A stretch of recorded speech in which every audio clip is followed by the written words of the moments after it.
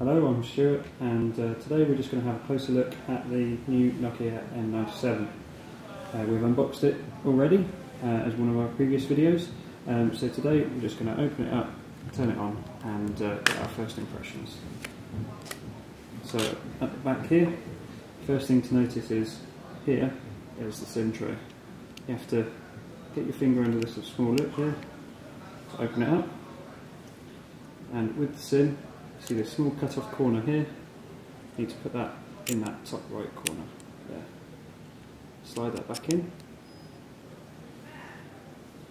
Then we need to get the 3 prongs here to match with the battery. So we'll slide the battery in there, prongs in first, and then just push down the back. Stick the back on, the top of the phone is where it goes in first, and then press down the sides, and you've got the back firmly on. To turn the phone on, small button on the top, just press and hold that, and you feel the phone vibrate a little, just to let you know that it's turned itself on. And I'll just wait for that to turn up. You'll find with a lot of the newer smartphones that the startup process takes a lot longer. Okay, now the phone's fully on, the first message it's going to ask you is if you want to continue using it in an offline mode. Now what that means is it's just not going to connect to any network. So we'll click no, and then that way we can show you some real functionality. Then you get the normal Nokia startup there. And this is your home screen. This is the, whenever you pull the phone out of your pocket, this is the first thing you're going to see. On here, all these boxes here are customizable. I'll show you that in a moment. You have your options and your contacts. Here is your main menu.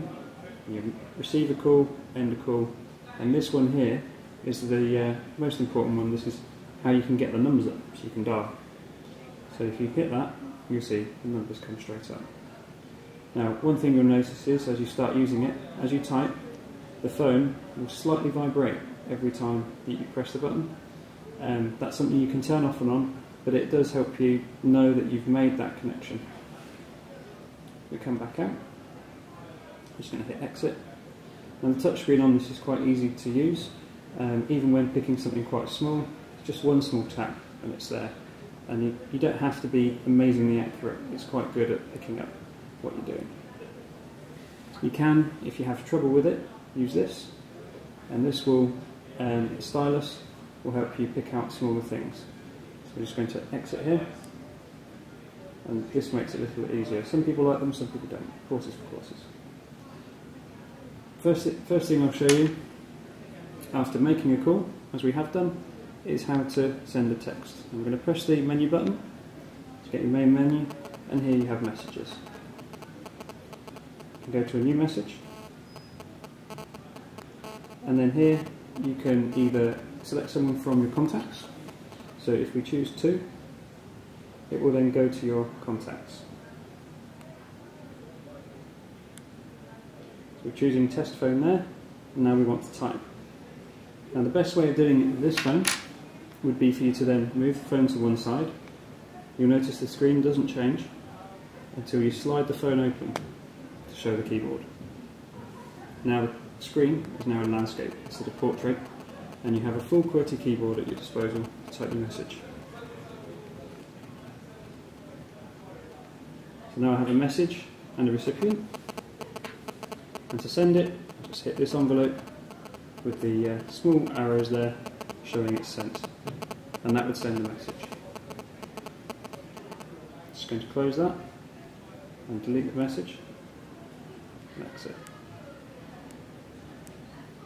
Now you'll notice when we're back at the top screen that we now have this as well in landscape rather than portrait. If we turn it, it doesn't make any difference unlike other phones because we still have this keyboard open. But if you close the keyboard, it will switch back. The next thing I'm going to show you is just how to use the camera. On the back we have a small shutter here. By sliding that down, it will expose the camera and the flash. Now that will then turn the camera on. I'll just show you that from the screen end. I'll close it. You have your home screen. I'll open it, and it automatically turns the camera on. Now I'll just move something into shot to take a picture, and that way you can see the focus. By putting half pressure on this button here at the top, you see a green box. You use that to centre on your target, and then press firmly and it will process the image. Now one thing I found, I've been using this phone for a few hours now, and one thing I found is the focus, once you just hold that down and the green box appears, is very, very clear. It's very good. What you can also do, if that isn't close enough for you, is when you are ready to take a shot, these buttons here, which are normally volume buttons, substitute for zooming in. Now you have quite a good zoom on this. Now at the moment you can see that the picture's very blurry, but again, tapping that button, you see how it focuses in very clearly. You can take a picture. Now we're going to come back out, exit this, and get back to our home screen.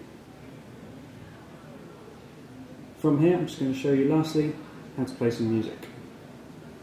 I'm going to use the stylus again for this, just to show you the difference between using my fingers and stylus. And here we're going to go into the main menu, and here we have all the different options, including music at the top. Selecting that, you can choose your music library, the artist or album playlists, all songs, and you have podcasts and genres and composers that you can customise. We'll go through artists and Beethoven, and here we can see the tracks. If you had many, they would be listed, but this is just a sample track. By double clicking on that, it will then turn to the music player. Now you can see here you have your play pause, rewind, fast forward, further options, and then back to exit. What you'll also notice is, if you open the screen, just as before, it moves into landscape mode. Now the speakers are on either corner of what would be the front of the phone when you're in landscape mode. The music is very clear and it's of decent quality. If you're going to be entertaining and you want it for a party or anything like that, you'd probably be best off buying a separate speaker system, but this is very good in a room this size, which is the average living room house. Just pause that, then you can come back out, keep hitting back, and it will take you back through all the menus that you were in before, and exit. The last thing I'm going to show you is the customisable front screen. Here, if you go into options, you have edit content as an option. By clicking on that, you have these two boxes appear, and these ones are greyed out. Now all these are customisable. So by clicking on an empty one, you can add content, and you can perhaps choose, in this case, BBC iPlayer. It will then load that. This is going to ask you if you're allowing a connection to happen. We'll just click no for this purpose, and we'll cancel that there. As it's loading, you will then find, if you click done, that's now part of your home screen. The loading content, once it's downloaded the design for iPlayer, that will sit there, and you can move them up and down and customise this as you will, and then that way it makes your phone, as soon as you bring it out of your pocket and turn it on, you know full well that you've got the right things to hand that you want to access straight away. Once your phone's been off in your pocket, it will look like this. To unlock it, you can't just tap the screen. You need to find this small key here, just slide it down slightly, and the phone will come on. Just to show you that off, and back on. So that's our first look at the Nokia N97.